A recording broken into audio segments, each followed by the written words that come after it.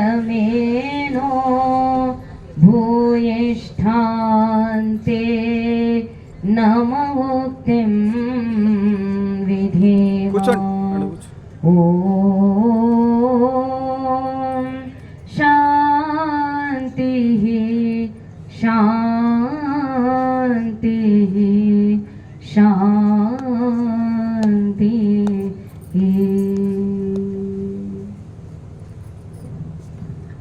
ఆదరణీయ మాతాజీ గారు, గురుజీ గారు మరియు సభను అలంకరించినటువంటి పెద్దలు, గౌరవనీయులు, విద్వాంసులు, ఇక్కడ సమావేశానికి విచ్చేసినటువంటి సమస్త ఆర్య బంధువులందరికీ నా హృదయపూర్వక నమస్సుమాంజలు.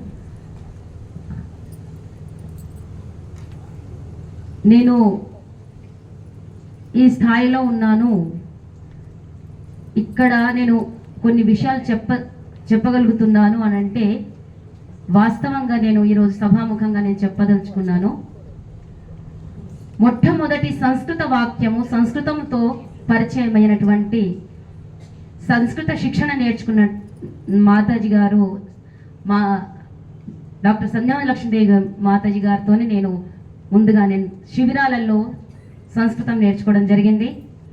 ఆ తర్వాత ఆ శిబిరాల నుండే మళ్ళీ ప్రేరణ పొంది తర్వాత కాశీకి పంపించారు మాతాజీ గారు. ఈ విధంగా కాశీలో వెళ్ళడానికి నాన్నగారు ఒప్పుకున్నారు, కానీ అమ్మగారు కొంచెం వెనకయ్యారు. తర్వాత వారు కూడా ఒప్పుకోవడం జరిగింది. ఈ విధంగా 14 సంవత్సరాలు కాశీలోనే ఉండగలిగాను అని అంటే ఆ బీజము మాతాజీ గారు వేశారు. సంస్కృత భాష పట్ల, సంస్కృతంలో ఉన్నటువంటి శబ్దార్థాలు అసలు శిబిరాలలో పాల్గొనే సమయంలో నాకు బాగా గుర్తుంది. ఒక్క క్షణం కూడా నేను వదిలేదాన్ని కాదు. మాతాజీ గారు వెంబడే తిరిగేదాన్ని, ఈ శబ్దానికి అర్థం ఏంటి, ఈ శబ్దానికి అర్థం ఏంటని. అప్పుడు నేను 6 సంవత్సరాలు ఉన్నాను.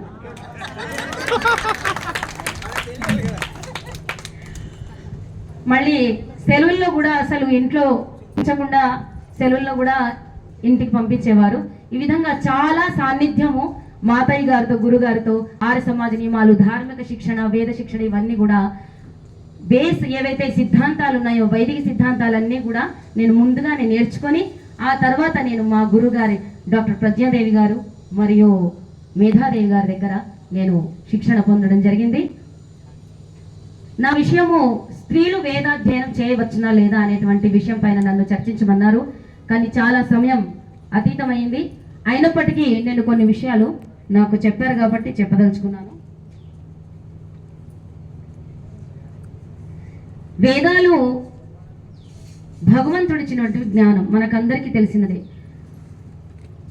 పరమేశ్వరుడు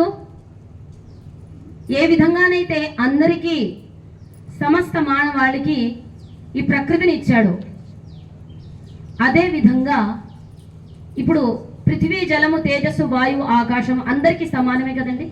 అది ఎవరిచ్చారు? భగవంతుడే ఇచ్చాడు. దాంట్లో ఎటువంటి భేదము లేదు. మరి భగవంతుడు ఇచ్చినటువంటి జ్ఞానానికి ఎందుకు భేదం ఉంది? భగవంతుడు పక్షపాతియా? మరి ఏ విధంగానైతే సమస్త ప్రాణి జాతికి ఈ సమస్త ప్రకృతిని అందించడం జరిగిందో అదే విధంగా ఆత్మిక వికాసానికి భగవంతుడు వేదాలను అందించాడు. ఆ వేద జ్ఞానానికి ఎటువంటి కులమత భేదం లేకుండా భగవంతుడు స్వయంగా సాక్షాత్తుగా యజుర్వేదంలోనే చెప్తున్నాడు. యథేమాం వాచం కళ్యాణీం ఆవదాని జనేభ్యః.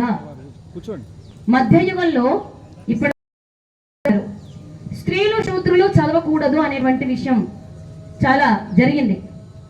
అటువంటి విషయాన్ని ఖండిస్తూ మహర్షి దేవదయానందుల వారు పూనా ప్రవచనంలో చాలా చక్కటి ప్రమాణాలు అప్పుడు చెప్పారు. ఇది ఒక ప్రమాణం. యథేమాం వాచం కళ్యాణి 26వ అధ్యాయము. అందులో ఏమని చెప్పబడింది? జనేభ్య అనే అంటే సమస్త జనులకు నేను అందించాను. ఇప్పుడు జనులు అన్న తర్వాత అప్పుడు స్త్రీ పురుష భేదం ఉంటుందండి. సమస్త మానవాళికి భగవంతుడే ఇచ్చాడు. బ్రాహ్మ రాజన్యాభ్యాం శూద్రాయ చార్యాయ స్వాయ చారణాయ చ, అందరికీ వేదాధ్యయనం ఉంది. కానీ శూద్రుడు అంటే ఎవరికైతే ఎంత చెప్పినా కానీ రాదు, ఎంత నేర్పించినా కానీ రాదు, అతడు నేర్చుకోలేకపోతాడు. ఇప్పుడు పశు జాతి ఉంది, సమానంగా గాలి పీల్చుకుంటుంది, అది మనం కూడా పీల్చుకుంటున్నాము, అవి కూడా భోజనం సేవిస్తున్నాయి, మనం కూడా సేవిస్తున్నాం. కానీ పశుజాతికి అధికారం ఉందా అని అంటే, ఎందుకంటే సామర్థ్యం లేదు పశుజాతికి. అదేవిధంగా శూద్రుడికి కూడా సామర్థ్యం లేనందున అతడు చదవలేడు, కానీ అధికారం లేదు అనేటువంటి విషయం ఎక్కడ కూడా రాలేదు, ఏ మంత్రంలో కూడా లేదు ఆ విషయం. కానీ కల్పితంగా ఏమని చెప్పారు, ఇతి శృతి అని చెప్పేశారు. స్త్రీ శూద్రులు చదవకూడదు అనేది ఎక్కడ రాయబడిందనంటే అది వేదంలో రాయబడిందని. ఎంత కల్పితమైనటువంటి విషయం ప్రచారంలోకి తీసుకొచ్చారు. అటువంటి కల్పితమైనటువంటి విషయాన్ని నిర్మూలించడానికి మహర్షి దేవదయానందుల వారు ఎంత శ్రమ చేశారు మన స్త్రీలందరి కోసం. మనం ఈ సమయంలో ఇంత విచ్చలవిడిగా స్వతంత్రంగా వేదము చదువుతున్నాము, వేదఘోష జరుగుతుంది, వేదమే కాకుండా వేదార్థం కూడా తెలుసుకున్నటువంటి బ్రహ్మవాదులు ఋషులతో పాటు ఋషుకులు కూడా కేవలం వేద స్వాధ్యాయమే కాకుండా వేదమే కాకుండా దాని యొక్క అర్థాలు కూడా వారు నేర్చుకోగలిగారంటే మూలకారకులు ఎవరు, మహర్షి దేవదయానందుల వారు. అందుకనేసి మనము మహర్షి దేవదయానంద యొక్క రుణాన్ని మనం మర్చిపోకూడదు. మనం కేవలము సత్సంగాలు ఏర్పాటు చేసుకోవడము, అక్కడ విషయాలు వినడము ఇంతవరకే పరిమితం కాకుండా మనం ప్రతినిత్యము మహర్షి దేవదయానంద సరస్వతి గారు రాసినటువంటి వేద భాష్యాలు ఏవైతే ఉన్నాయో రోజు ఒక మంత్రం తీసుకొని, రోజు అది అర్థమైనా కాకపోయినా మనం చదువుతూ ఉంటే మనకు వచ్చే జన్మలోనైనా మనం చక్కగా మనం గొప్ప విద్వాంసుల కడుపులోనే పుడతాం. ఆ విధంగా మనం నిరాశ పడకూడదు. ఇది కఠినంగా ఉంది, మాకు వేద భాష్యం రాదు, వేదాలు ఏమో రాశారు స్వామీజీ కఠినంగా ఉంది అని మనం ఎప్పుడు కూడా అనుకోకూడదు. మా గురుగారు చెప్పేవారు, ఏ క్రియ కూడా వ్యర్థము కాదు, అది వచ్చినా రాకపోయినా కానీ అది ఖచ్చితంగా మనము చేయవలసిందే. అందుకనేసి వేదాలు మనకు స్వామి మహర్షి దయానంద సరస్వతి గారు ఎంతో శ్రమ చేసి మన ముందుకు తీసుకొచ్చారు. అటువంటి వేద భాష్యాలలో ఒక మంత్రం మీకు చెప్తాను. ఎంత చక్కటి మంత్రం స్వామీజీ చెప్పారు. ఘృతాజీ అనేటువంటి పదము ఇదే రంతే హవ్యే కామ్యే చంద్రే జ్యోతే దితే సరస్వతి మహి విశ్రుతి, ఇది యజుర్వేదంలోనే ఉంది. స్త్రీ ఎలాంటిదై ఉండాలి అంటే ఇదే అంటే పూజ్యురాలుగా ఉంటుంది. మరి దేంతో పూజింపబడుతుంది? తన కర్మలతో, తన ఆచరణతో, తన విజ్ఞానంతో, తన వేద విద్యతో తను పూజింపబడుతుంది. అందుకనే తనని సరస్వతి అన్నారు. సర్వ విద్యాం యస్యాం జితౌ సా సరస్వతి, విజ్ఞానం కలది. సమస్త వేద విజ్ఞానం ఎవరిలోనైతే ఉన్నాయో ఆ వేద విజ్ఞానం పొందేటువంటి సామర్థ్యం ఎవరిలో ఉందో, ఎందుకంటే పురుషుడు కూడా చెప్పేది ఎవరు? స్త్రీయే. అందుకనేసి స్త్రీ ఒకవేళ అశిక్షితురాలైతే తన సంతానాన్ని నిర్మాణం ఎలా చేయగలుగుతుంది? ఎంతో మంది బ్రాహ్మలు నేను వేదపట్నం చేస్తూ ఉంటాను పిల్లలతో ఆపేశారు. కోటి దీపోత్సవం జరుగుతుంది, అక్కడ లైవ్ ప్రసారం జరుగుతుంది, కానీ మేము ఘనపాఠంతో సహా మేము యజ్ఞోపవీత ధారణ చేసుకున్నాం, మీరు ఎలా ఆపుతారు? వేదంలో ఎక్కడ చెప్పబడింది? మీరు కూడా వేదమే చెప్తున్నారు, ఎక్కడ చెప్పబడి ఉంది? వేదం ప్రమాణం చూపించండి నాకు అని నేను సభాముఖంగానే అడిగేశాను. అప్పుడు నోరు మూసుకున్నారు. మేము వేద పఠనం చేస్తూనే ఉన్నాము, వాళ్ళు చూస్తూ ఉండిపోయారు. ఈ విధంగా మనము వేదము ఒకవేళ వేదంలో ఉన్నటువంటి ఆ మహాత్మ్యాన్ని, ఆ విజ్ఞాన్ని మనం పొందినట్లయితే నిజంగా మనము సరస్వతి అనేటువంటి పేరు అయితే వేదం చెప్పిందో స్త్రీ ఎలా ఉండాలి అనేటువంటి ఆ విజ్ఞానాన్ని మనము మనలో ధరించగలుగుతాము. అప్పుడే స్త్రీకి ఇంకొక పేరు ఏంటంటే ఘృతాచి, అంటే ఘృతాది ఔషధుల ద్వారా అంచతి అంటే పూజింపబడే పూజ చేసే అటువంటి స్త్రీ, అంటే యజ్ఞయాగాదులు చేసేటువంటి స్త్రీని ఘృతాచి అని అంటారు. అదేవిధంగా స్తోమపృష్ఠ, ఇంకొక పేరేంటి? స్తోమపృష్ఠ అంటే స్తోమం అంటే వేదము, స్తూయతే అనేనైతి స్తోమ. ఏ భగవంతుడు పూజింపబడతాడు దేని ద్వారా? మంత్రాల ద్వారా. ఆ మంత్రాలు ఎవరి పృష్ఠము పైన ఉంటాయో ఆమె స్తోమపృష్ఠ. ఇటువంటి ఎన్నో నామాలు వేదాలలో వస్తాయి స్త్రీల గురించి. మా సుకృతం బ్రూత, చివరి మంత్రానికి చివరి భాగంలో ఏం చెప్పబడిందంటే మా సుకృతం బ్రూత. అటువంటి స్త్రీ నాకు సుకృతం సదుపదేశం కృతాత్ ఇవ్వాలి అని మై వేద మంత్రం చెప్తుంది. అంటే ఒకవేళ స్త్రీ అశిక్షితురాలైతే చదవడం అధికారమే లేకున్నట్లయితే ఇటువంటి మంత్రాలు ఎందుకు చదువుతాము, ఎందుకు ఉన్నాయి ఇవన్నీ మంత్రాలు? ఈ విధంగా ఎన్నో ప్రమాణాలు. మళ్ళీ పౌరాణికులు ఎందుకు వద్దంటారంటే, ఎందుకంటే వాళ్ళు యజ్ఞోపవీత ధారణ చేయకూడదు. ఎందుకు చేయకూడదు? ఎక్కడ రాసి లేదా వేదంలో స్పష్టంగా చెప్పబడింది. ఎన్నో చోట్ల ఉపనీత ఇమా జాయ బ్రాహ్మణస్యోపనీతాహ అంటే ఉపనీతాహ అంటే బ్రహ్మచర్యం. ఇంకొక మంత్రం కూడా ఉంది, బ్రహ్మచర్యేణ కన్యా యువానం విందతే పతిం అనేటువంటి ఉదాహరణ కూడా మనం చదువుతుంటాం. ఇమం మంత్రం పట్ని పఠేత్, ఎన్నో శాస్త్రాల్లో కూడా ఇటువంటి వాక్యాలు మనం వింటూ ఉంటాం.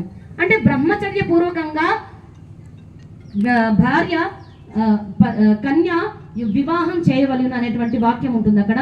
అయితే బ్రహ్మచర్యం అనే శబ్దానికి అర్థం చాలా చక్కగా మహర్షి దయానంద గారు రాశారు.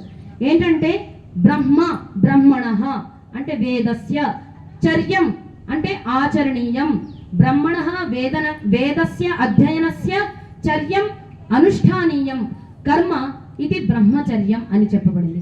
అంటే ఆ కన్య ఎలాంటిదై ఉండాలంటే బ్రహ్మచర్య పూర్వకంగా పతిని పొందాలి అని అర్థం. దీనికి బ్రహ్మచర్యం అంటే కేవలం ఇంద్రియ నిగ్రహమే కాదు. అక్కడ మహర్షి దయానంద సరస్వతి గారు స్పష్టంగా రాశారు, వేదస్య అధ్యయనం ఇది బ్రహ్మచర్యం. వేదాధ్యయనం చేసుకొని అలాగే ఉపనయనం చేసుకొని వ్రతాలలో ఉండి కన్య పతిని పొందవలేను అనేటువంటి అర్థాన్ని మహర్షి దయానంద సరస్వతి గారు వెలికి తీశారు. ఈ విధంగా ఎన్నో ప్రమాణాలు ఉన్నాయి వేదాలలో. అటువంటి ప్రమాణాలు మనం తెలుసుకోవాలి. ఈ సమాజంలో, ఇప్పటి సమాజంలో చాలా మంది బ్రాహ్మణులకే చెప్పాలి వేదాలు, తదితర కులాలకు చెప్పకూడదు. కులమే లేదు అసలు. జాతి ఉంటే ఒక మనుష్య జాతే ఉంది, పశు జాతి మనుష్య జాతి అంతే తప్ప కులాలు ఇవన్నీ కూడా మనము ఊహించినటువంటివే. అందుకనేసి మనమందరం కూడా ఆర్యులము అనబడతాం. కాబట్టి అర్యస్య అపత్యం, పరమేశ్వరు యొక్క సంతానం కాబట్టి మనమందరం కూడా ఆర్యులమే. మన యొక్క ధర్మం ఏంటంటే మనం వేద స్వాధ్యాయం చెయ్యాలి. వేద స్వాధ్యాయం చేయని రోజు శతపథ బ్రాహ్మణంలో ఒక చిన్న కథానకం వస్తుంది. ఏంటంటే యాజ్ఞవల్క్య మహర్షి గారు చదివించడానికి ఇలా కూర్చున్నారు. అక్కడ గురుకులంలో ఇద్దరు విద్యార్థులు వార్తాలాపం సంభాషణ చేస్తూ ఉన్నారు. యాజ్ఞవల్క్య మహర్షి గారు అడిగారు, మీరు ఏం సంభాషిస్తున్నారు విద్యార్థులు చెప్పండి అని అంటే, అప్పుడు వాళ్ళిద్దరు లేచి నిల్చుంటారు.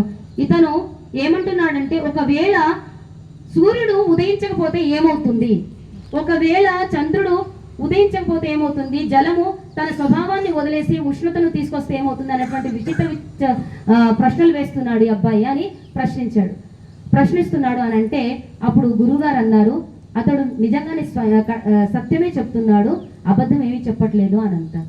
అందరూ ఆశ్చర్యపోతారు. ఎప్పుడైనా సూర్యుడు ఉదయించకుండా ఉంటాడా? చంద్రుడు ఎప్పుడైనా ఉదయించకుండా ఉంటాడా? జలము ఎప్పుడు కూడా ఆగిపోతుందా? ప్రసరణ శక్తి ఆగిపోతుందా? అదేంటని అందరూ ఆలోచిస్తూ ఉంటారు. అప్పుడే యాజ్ఞవల్క్య మహర్షి గారు చెప్తారు ఏంటంటే, యంతి ఆపహ ఏతి ఆదిత్య ఏతి చంద్రమాహ తథా దేవ ఇమే దేవతాః నేయుర్న కుర్యుః యదర్హ స్వాధ్యాయం న అధీతే. అంటే ఎవరైతే, ఏ మానవుడైతే ఏ క్షణంలోనైతే ఏ రోజైతే స్వాధ్యాయం చేయడో ఆ సమయంలో ఏ విధంగానైతే ఈ సూర్యుడు ఉదయించడం మానేసినప్పుడు ప్రళయం సంభవిస్తుందో అదే విధంగా అతని జీవితంలో అన్ని దుర్గుణాలన్నీ కూడా సమవిష్టిస్తాయి, అన్ని దుఃఖాలన్నీ కూడా అతడు అనుభవిస్తాడు. అటువంటి మంచి సూచన అందరికీ కూడా గురుగారు చెప్పారు. అంటే స్వాధ్యాయం యొక్క విశేషత ఎంత ఉంది. వేదం యొక్క స్వాధ్యాయం తప్పకుండా మనం అందరం కూడా చెయ్యాలి. వేద స్వాధ్యాయం చేయని రోజు మనలో చాలా ఆత్మహీనత ప్రవేశిస్తుంది, మనలో ఆత్మ బలం రాదు. ఆత్మబలం తీసుకురావాలి, రాష్ట్ర బలం తీసుకురావాలి, సామాజిక బలం తీసుకురావాలి అంటే మనం ఖచ్చితంగా మనందరూ కూడా వేద స్వాధ్యాయం చెయ్యాలి. మనకింత చక్కటి వేద జ్ఞానాన్ని అందించినటువంటి మహర్షి దయానంద సరస్వతి గారికి కేవలం జయఘోష చేస్తే సరిపోదు. వారు చెప్పినటువంటి ఏదైతే ఆదేశాలు